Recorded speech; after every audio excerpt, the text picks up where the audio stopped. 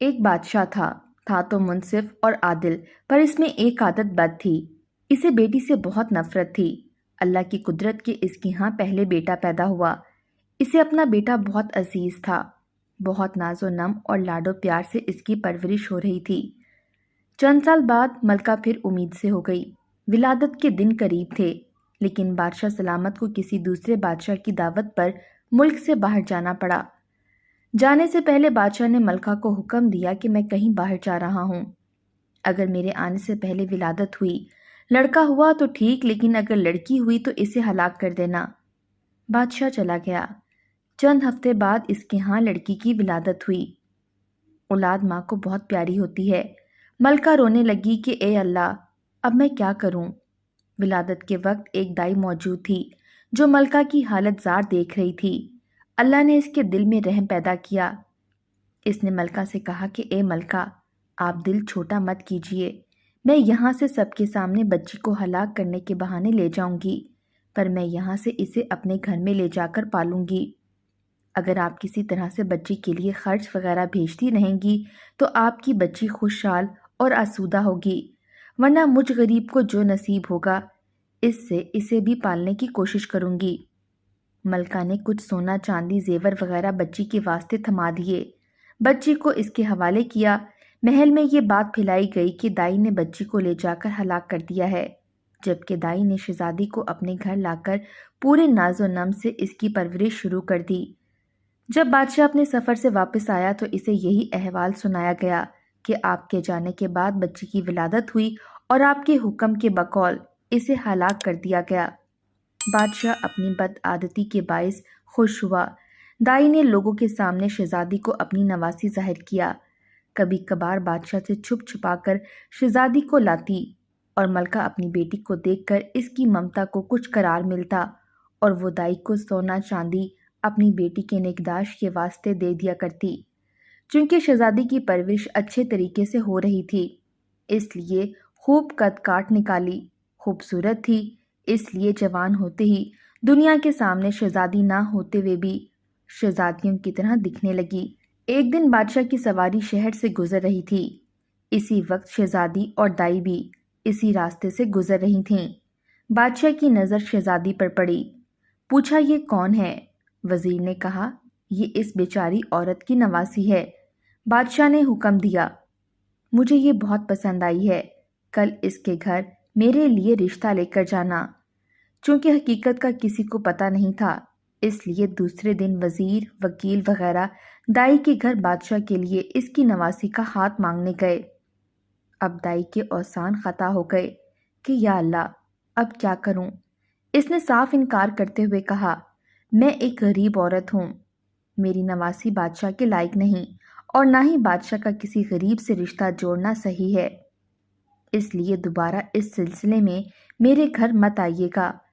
بادشاہ خود تو نہیں آیا، لیکن دائی کے گھر رشتے کے لیے بہت سے بندے بھیجے۔ سب نے دائی کی بہت منت سماجت کی، لالچ دیا، دھونس دھمکی دی، لیکن دائی ٹس سے مس نہ ہوئی۔ تب بادشاہ نے حکم دیا کہ دائی کو پکڑ کر خوب سزا دی دو تاکہ وہ رشتے کے لیے مان جائے۔ سپاہی دائی کو پکڑ کر بادشاہ کے سامنے لائے اور انہوں نے اسے خوب کوٹ کوٹ کر پیٹنا شروع کیا۔ سپاہیوں نے دائی کو کپڑے کی طرح نچوڑ کر رکھ دیا۔ بیچاری پہلے سے ہی دو ہڈیوں پر تھی، اتنی مار برداشت نہ کر سکی اور بادشاہ کے سامنے چیخ پڑی بادشاہ سلامت، یہ کوئی اور نہیں بلکہ آپ کی بیٹی ہے۔ میں نے اسے ہلاک کرنے کی بجائے لے جا کر اپنے گھر میں اس کی پرورش کی ہے۔ اب بادشاہ کو احساس ہوا کہ وہ کیا غلطی کرنے جا رہا تھا۔ خدا نے اسے گناہ عظیم سے بچایا۔ وہ اور زیادہ غصے میں آ گیا۔ اپنے بیٹے یعنی شہزادے کو بلا کر حکم دیا کہ اپنی بہن کو جنگل میں لے جا کر قتل کر دے اور اس کی آنکھیں نکال کر اور گردن کا خون لا کر مجھے دکھا دے تاکہ مجھے یقین ہو جائے۔ شہزادہ پریشان ہوا کہ وہ کیسے اپنے ہاتھوں سے اپنی بہن کو قتل کرے، اس کی آنکھیں نکال لے اور اس کی گردن کا خون لا کر باپ کو دکھا دے۔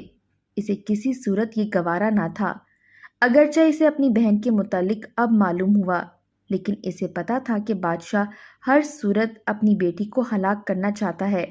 اگر اس نے اسے قتل نہیں کیا تو بادشاہ دونوں کو ہلاک کر دے گا۔ مجبور ہو کر اپنی بہن کو ساتھ لے کر جنگل کی طرف چل پڑا۔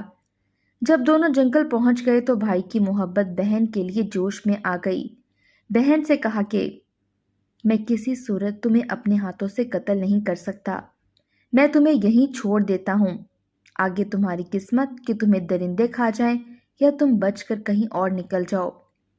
لیکن بہن نے بھائی کا ہاتھ پکڑ کر کہا، نہیں بھائی، تم مجھے قتل کر دو، میری آنکھیں اور خون لے جا کر باپ کو دکھا دو، نہیں تو وہ تمہیں مار دے گا، جو مجھے کسی صورت گوارا نہیں۔ دونوں بھائی بہن ایک دوسرے کے گلے لگ کر رو پڑے۔ آخر کسی طرح بھائی نے بہن کو منا لیا۔ شہزادی آنسو بہاتے ہوئے گھنے جنگل کی طرف جانے لگی۔ آخری بار پلٹ کر بھائی کو دیکھا اور جنگل میں گھس گئی۔ اس کے بعد شہزادے نے ادھر ادھر سے ڈھونڈ کر ایک ہرن کا شکار کیا، اس کی گردن کا خون نکالا اور آنکھیں نکال کر لے جا کر بادشاہ کو دکھا دیں۔ بادشاہ نے آئینہ منگوایا، اس میں ان آنکھوں کو اور اپنی آنکھوں کو غور سے دیکھا۔ جب اس کو یقین ہو گیا کہ آنکھوں کا رنگ ایک ہی ہے، تب اسے تسلی ہوئی۔ ملکہ نے کسی طور شہزادے کو بلا کر اس سے بیٹی کے متعلق پوچھا۔ شہزادے نے ماں کے سامنے سارا احوال گوش گزار کر دیا۔ ملکہ نے منہ آسمان کی طرف کر کے ہاتھ اوپر اٹھائے اور بیٹی کے لیے دعا مانگی کہ اے اللہ، تو میری بیٹی کی حفاظت کر، اسے اپنی امان میں رکھ اور اسے کسی اچھی جگہ پار لگا۔ اب آگے شہزادی کا قصہ سنیے۔ شہزادی جنگل میں رہنے لگی اور بھوک مٹانے کے لیے جنگلی پھل پھول بوٹے کھا کر اپنا وقت گزارنے لگی۔ اس دوران بہت سا وقت گزر گیا۔ جھاڑیوں کانٹوں سے الجھ کر اس کے بوسیدہ کپڑے تار تار ہو گئے۔ آخر کار اس کے بدن پر کوئی کپڑا نہ رہا۔ ایک دن کسی اور ملک کا بادشاہ اپنے لاؤ لشکر کے ساتھ اسی جنگل کے راستے سے گزر رہا تھا۔ اتفاقاً بادشاہ اسی طرف جا نکلا جدھر شہزادی تھی۔ جب شہزادی کی کانوں میں کسی گھوڑے کے قدموں کی آہٹ پڑی تو جلدی جلدی کسی گھنے درخت پر چڑھ گئی اور اس کے بڑے بڑے پتے توڑ کر اپنی ستر پوشی کر کے چھپ کر بیٹھ گئی۔ بادشاہ بھی آخر اسی درخت کے نیچے ٹھہر گیا۔ درخت گھنا اور سایہ دار تھا۔ ایک طرف اپنے گھوڑے کو باندھا اور درخت کے سائے میں کپڑا بچھا کر تھوڑی دیر سستانے کی خاطر لیٹ گیا۔ چونکہ اس کا منہ آسمان کی طرف تھا اور وہ اپنے خیالوں میں گم تھا، اس کی نظر درخت کے گھنے پتوں میں پوشیدہ کسی ہیئت پر پڑی۔ وہ اچھل کر کھڑا ہو گیا اور بلند آواز سے کہنے لگا، اے اللہ کی مخلوق، تم کوئی پری ہو، فرشتہ ہو، جن ہو یا کوئی انسان، جو بھی ہو اپنے آپ کو ظاہر کرو، میں تمہیں کوئی نقصان نہیں پہنچاؤں گا۔ شہزادی نے پکار کر کہا، اے مسافر، میں ایک لاچار لڑکی ہوں، میرے جسم پر کپڑے کے نام پر کچھ بھی نہیں ہے، اگر تم اپنے نیچے بچھی چادر کو میری طرف پھینک دو تاکہ میں اسے ڈھانپ کر نیچے اتر آؤں اور تم سے بات چیت کروں۔ بادشاہ نے اپنے نیچے بچھے کپڑے کو اٹھایا، اس کا گولا سا بنا کر اس کی طرف پھینکا۔ شہزادی نے اس کپڑے سے اپنے جسم کو خوب اچھی طرح ڈھانپا اور کسی نہ کسی طریقے سے درخت سے اتر گئی۔ جب بادشاہ نے شہزادی کو دیکھا تو اس کے حواس گم ہو گئے۔ اس کے پورے ملک میں اتنی خوبصورت لڑکی نہیں تھی۔ پورے دل و جان سے شہزادی پر فرفتہ ہو گیا۔ جھٹ شہزادی سے کہا، میں ایک بادشاہ ہوں، اگر تم برا نہ مانو تو میں تم سے شادی کر کے تمہیں اپنی ملکہ بنانا چاہتا ہوں۔ اندھا کیا چاہے دو آنکھیں، شہزادی نے حامی بھری۔ وہ بھی ایک ایسا بندہ چاہتی تھی جو اسے عزت دے۔ بادشاہ خوشی خوشی شہزادی کو لے کر اپنے ملک روانہ ہو گیا۔ اپنے ملک پہنچتے ہی بادشاہ پہلے وزیر کے گھر جا پہنچا اور اس سے کہا، ایسا سمجھو کہ یہ تمہاری بیٹی ہے، میں کل رشتہ مانگنے آؤں گا اور شادی بیاہ رچا کر اپنی امانت یہاں سے اپنے محل لے جاؤں گا۔ وزیر نے آداب بجا کر کہا، بادشاہ سلامت، آپ پوری طرح سے تسلی رکھیے، یہ آپ کی امانت ہے اور میری بیٹی، جب آپ کا دل چاہے اسے بیاہ کر لے جائیے۔ بادشاہ شہزادی کو وزیر کے گھر چھوڑ آیا۔ اگلے دن وکیل قاضی بادشاہ کا رشتہ لے کر وزیر کے گھر آ پہنچے۔ وزیر نے رشتے کے لیے ہاں کر دی۔ ایک دو دن بعد منگنی ہو گئی۔ بادشاہ شہزادی کے عشق میں سب کچھ بھول چکا تھا۔ جلدی شادی کا نیوتا بھیجا اور شہزادی کو بیاہ کر اپنے محل لایا۔ بادشاہ اور شہزادی اپنی شادی سے بہت خوش تھے۔ اس دوران بادشاہ نے شہزادی سے اس کے متعلق کچھ نہیں پوچھا تھا۔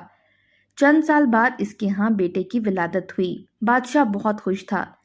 اس نے شہزادی سے، جو اب ملکہ بن گئی تھی، پوچھا، اب جب کہ اللہ نے ہم دونوں کو اولاد نرینہ سے نوازا ہے، تم اب ایک بیٹے کی ماں بن گئی ہو، اب مجھے بتاؤ کہ تم کون ہو، کس کی بیٹی ہو اور کس جگہ سے تمہارا تعلق ہے۔ شہزادی نے کسی طریقے سے بادشاہ کو ٹال دیا۔ ماہ و سال گزرتے گئے۔ بادشاہ کے ہاں دوسرے بیٹے کی ولادت ہوئی۔ بادشاہ نے دوبارہ شہزادی سے وہی سوال دہرایا۔ شہزادی نے پھر بادشاہ کو ٹال دیا۔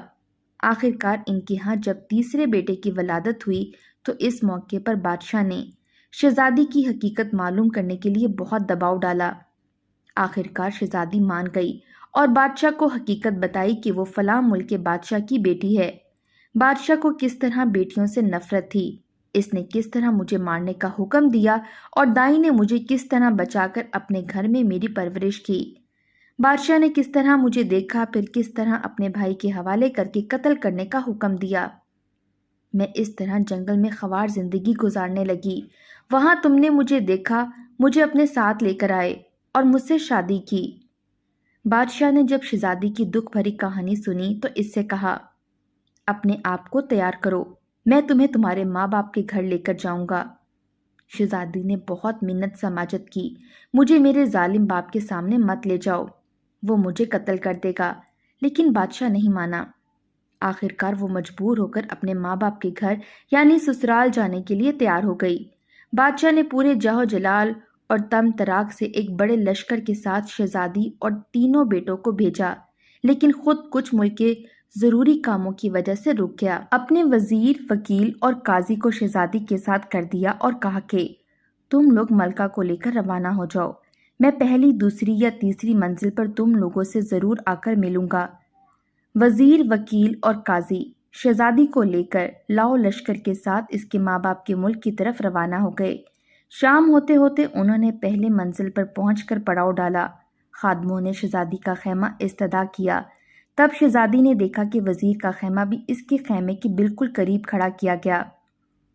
شہزادی نے وزیر کو بلا کر اس سے پوچھا، اے وزیر، تم جانتے ہو کہ میں ایک بادشاہ کی بیٹی اور ایک بادشاہ کی بیوی ہوں، تم اپنا خیمہ یہاں سے دور لگوا دو۔ وزیر نے کہا، ملکہ صاحبہ، بادشاہ نے ہمیں آپ کی حفاظت کی خاطر آپ کے ساتھ روانہ کیا ہے، اگر آپ یا آپ کے بچوں کو کچھ ہو گیا تو میں بادشاہ کو کیا جواب دوں گا؟ شہزادی نے کہا کہ مجھے کچھ نہیں ہوگا، پر تم اپنا خیمہ یہاں سے دور کہیں اور لگوا دو۔ لیکن وزیر نہیں مانا۔ خیمے لگ گئے، کھانا وغیرہ کھایا گیا، رات ہو گئی تھی، تھکے ہارے لوگ سو گئے۔ وزیر کے دل میں کھوٹ تھا، اسے نیند نہیں آ رہی تھی۔ آخر آدھی رات کو اٹھا اور شہزادی کے خیمے میں داخل ہو گیا۔ شہزادی پہلے سے ہی بھانپ چکی تھی کہ وزیر بدذات کی نیت میں کھوٹ ہے۔ آہٹ پا کر شہزادی جاگ گئی، دیکھا کہ وزیر ہے تو اسے للکار کر باہر نکلنے کو کہا، لیکن وزیر آگے بڑھنے لگا۔ شہزادی نے کہا کہ اے بدذات وزیر، تم جانتے ہو کہ میں ایک بادشاہ کی بیٹی ہوں اور ایک بادشاہ کی بیوی بھی، نہ میں نے برائی کی ہے اور نہ کسی کا برا چاہا ہے، مجھے مخلوق کے سامنے بدنام مت کر اور میرے خیمے سے نکل جا۔ لیکن بغیرت وزیر نہیں ٹلا۔ جب شہزادی نے دیکھا کہ وزیر کسی صورت نہیں مان رہا تو اس نے اپنے بڑے بیٹے کو وزیر کے سامنے کیا کہ تمہیں اس بچے کے سر کی قسم، اس طرح مت کرو، اسے اللہ رسول کے واسطے دیے، قرآن کی دہائی دی۔ لیکن بد کردار وزیر کے دماغ میں شیطان پوری طرح سے گھر کر چکا تھا۔ وہ آگے بڑھا اور تلوار نکال کر ایک ہی وار سے بچے کا سر دھڑ سے الگ کیا۔ شہزادی سمجھ گئی کہ بدذات وزیر بالکل بھی نہیں ٹلے گا۔ اس نے وزیر سے کہا، تم اب بالکل بھی نہیں ٹلو گے، میں ایک پاک عورت ہوں، اس وقت بھی وضو میں ہوں، مجھے اتنا موقع دو کہ میں اپنے وضو کو توڑ کر آ جاتی ہوں، تب تمہارا جو دل چاہے وہ کرو۔ وزیر نے کہا کہ جاؤ اور جلدی آ جانا۔ شہزادی خیمے سے باہر نکل گئی، بھاگتی ہوئی وہاں سے دور ایک بڑے جھاڑی کے پیچھے چھپ گئی۔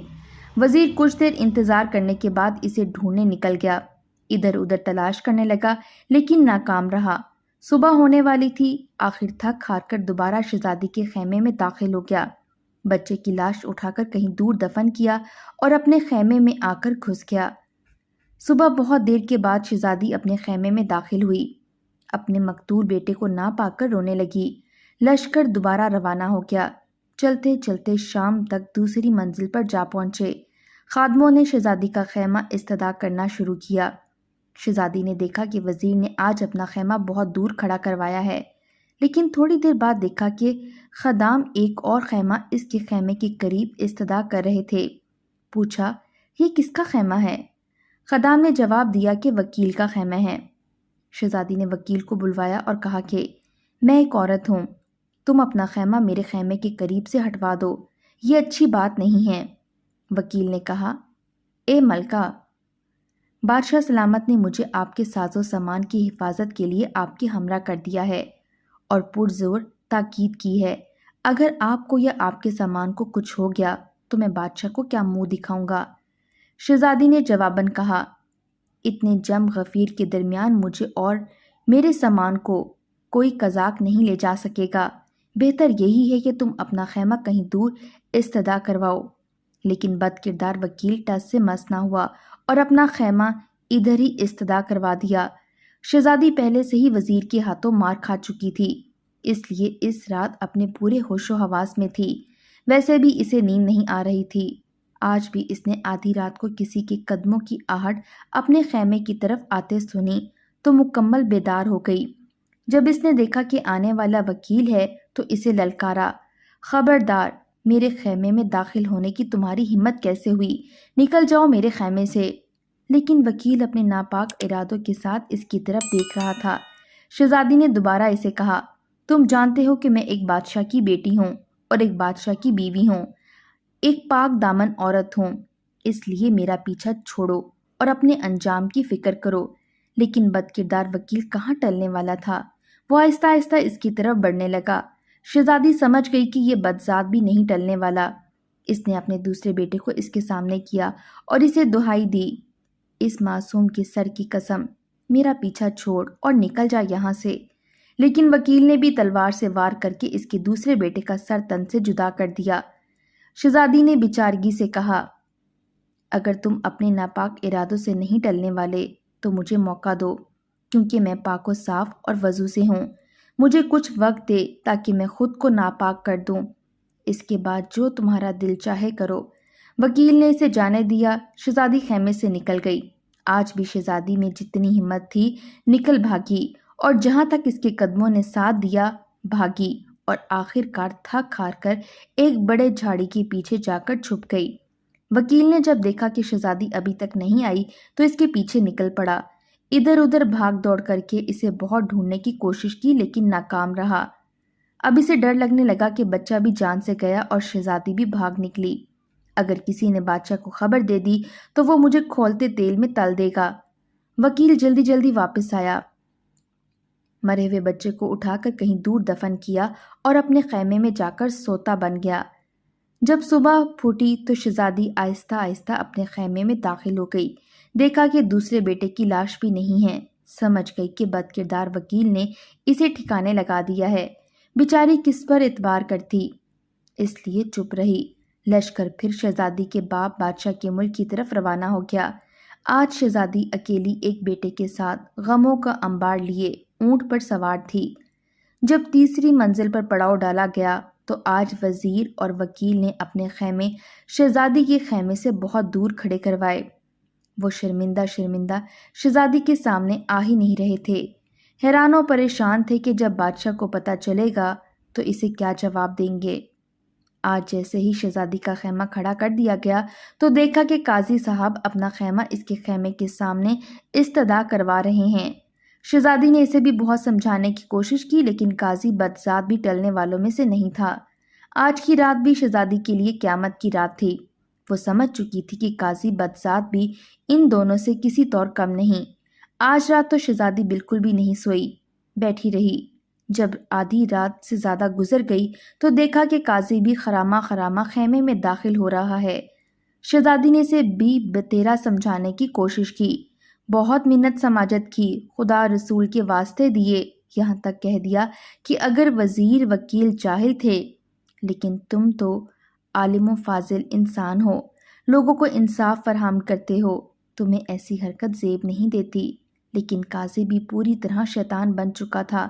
اس پہ ان باتوں، منت سماجتوں کا کوئی اثر نہیں ہوا۔ شہزادی نے دیکھا کہ یہ بھی نہیں ٹلنے والا، تو اس خیال سے کہ شاید اس کے دل میں رحم پیدا ہو جائے، اپنے تیسرے سب سے چھوٹے بیٹے کو اس کے سامنے کر دیا، اس کی دہائی دی، واسطے دیے، لیکن قاضی تو ان دونوں سے بھی 2 ہاتھ آگے تھا۔ قاضی بدبخت کو بھی رحم نہ آیا اور معصوم بچے کا سر قلم کر دیا۔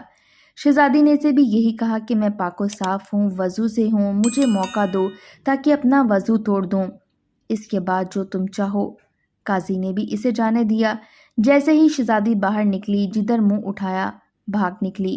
بھاگتے بھاگتے اچانک اس نے دیکھا کہ آگے ایک بہت بڑا دریا بہہ رہا ہے۔ اس کے دل میں دھواں بھر گیا، اپنے معصوم بچے یاد آئے، اس کا دل خون کے آنسو رو رہا تھا، اور وہ سوچ رہی تھی کہ اگر بادشاہ نے پوچھا کہ بچے کدھر ہیں تو میں اسے کیا جواب دوں گی۔ اس سے بہتر ہے کہ خود کو اس دریا کے حوالے کر دوں۔ یہ فیصلہ کر کے اس نے دریا میں چھلانگ لگا دی۔ پرشور دریا اسے چکر دے کر کہیں کا کہیں پہنچا کر دوسری طرف نکال لے گیا۔ دوسری طرف 6 فقیر جو کہ بھائی تھے، اپنے کپڑے دریا پر دھونے کے لیے لائے تھے۔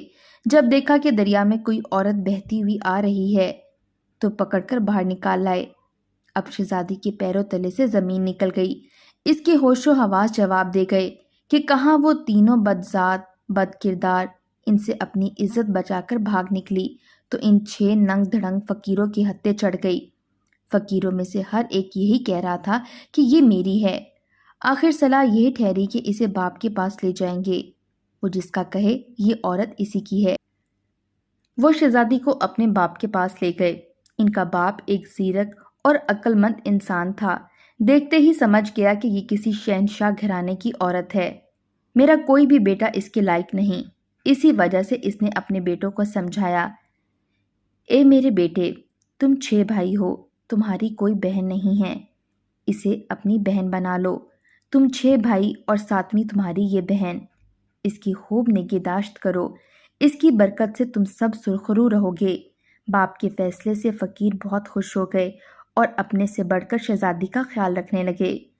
ان کو چھوڑ بادشاہ چوتھے دن آ کر لشکر سے ملا تو دیکھا وزیر، وکیل اور قاضی اس سے کترا رہے تھے، اس کے سامنے شرمسار سے تھے۔ پوچھا میرے بیوی بچے کہاں ہیں؟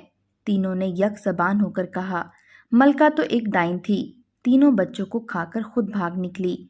بادشاہ حیران و پریشان ہو گیا کہ یہ کیا بات ہو گئی۔ وہ ان تینوں پر شک میں پڑ گیا، لیکن کہا کہ بعد میں دیکھتے ہیں، ابھی جس طرف جا رہے ہیں وہاں جا کر فیصلہ کریں گے کہ آگے کیا کرنا ہے۔ بادشاہ اپنے دل میں یہی سوچ رہا تھا کہ جا کے اپنے ظالم سسر بادشاہ کو دیکھوں اور اس سے پوچھوں کہ اسے کیوں بیٹیوں سے اتنی نفرت ہے۔ اس کے ظلم و ستم کی وجہ سے اس کی بیٹی ڈائن بن گئی اور اپنے بچوں تک کو کھا گئی۔ چلتے چلتے انہوں نے ایک بڑے دریا کو پل کے ذریعے پار کیا اور اپنی منزل کی طرف روانہ ہو گئے۔ ادھر شہزادی فقیروں کی بہن بن کر رہنے لگی۔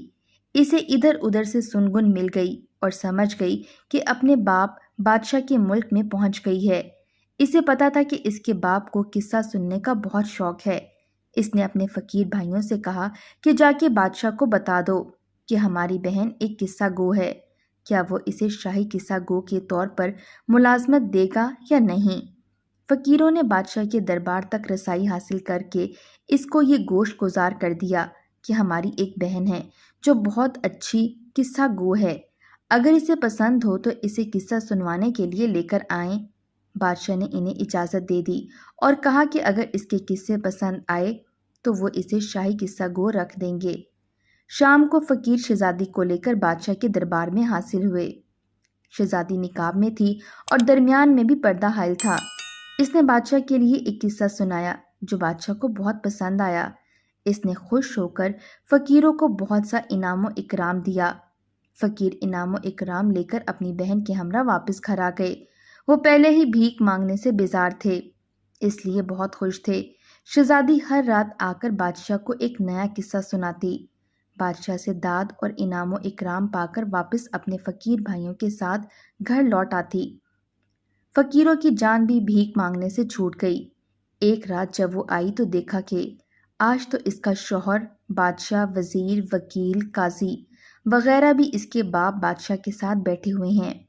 شہزادی نے سوچا آج تو قصہ مزہ کرے گا۔ شہزادی آج بھی ہر روز کی طرح نقاب میں تھی، پردے کے دوسری طرف آ کر اپنی جگہ پر بیٹھ گئی اور اپنے باپ بادشاہ سے کہا، بادشاہ سلامت، آج میں ایک بہت خاص داستان سنانے والی ہوں۔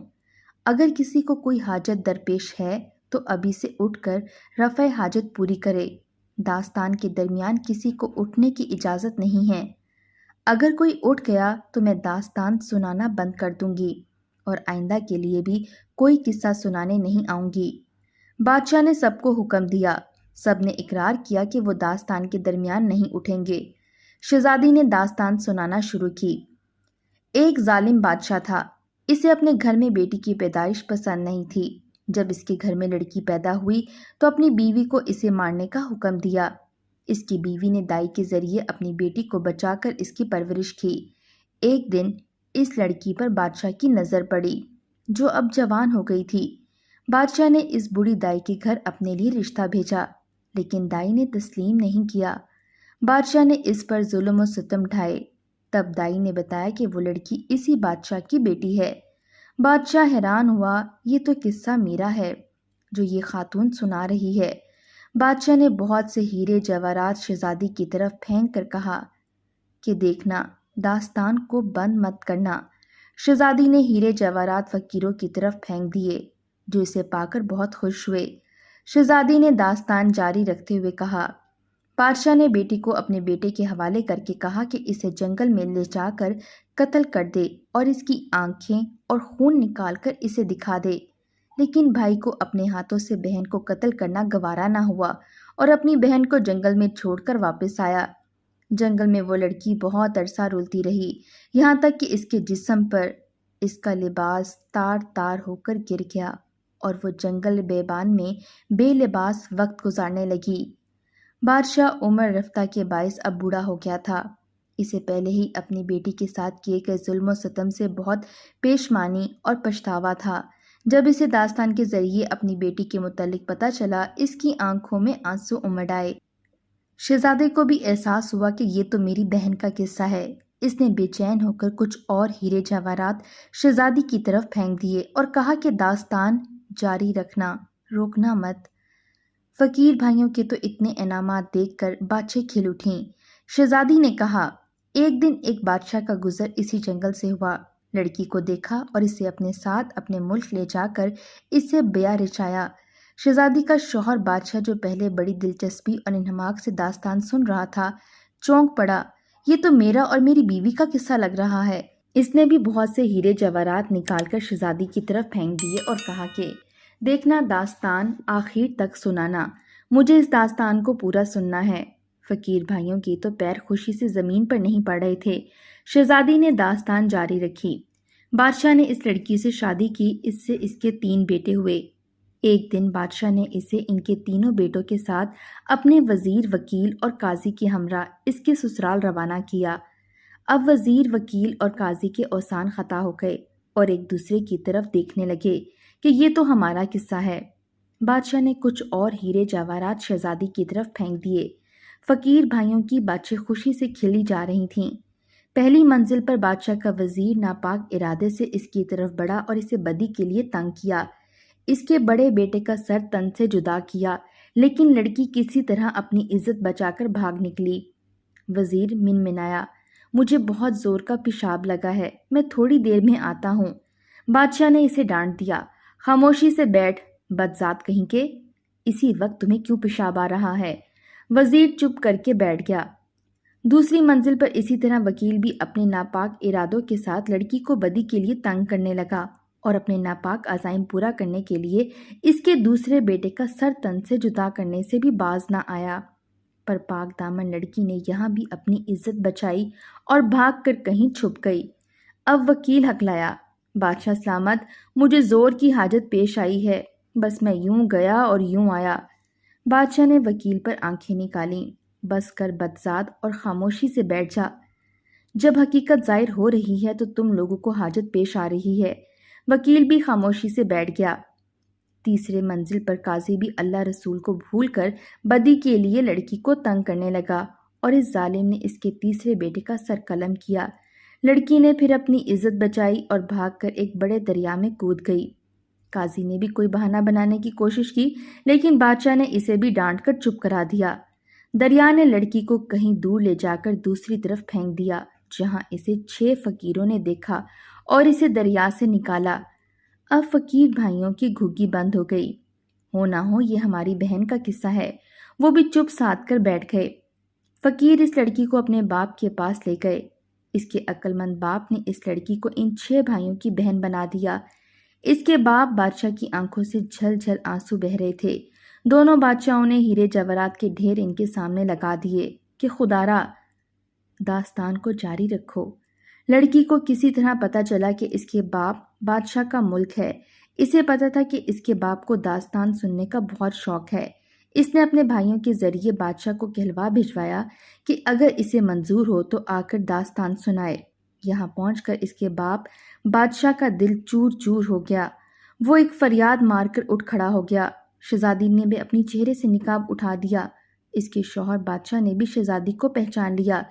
باپ بیٹی کو اور شوہر بیوی کو پا کر بے طرح خوش ہو گئے۔ دونوں نے وزیر، وکیل اور قاضی کو پکڑا۔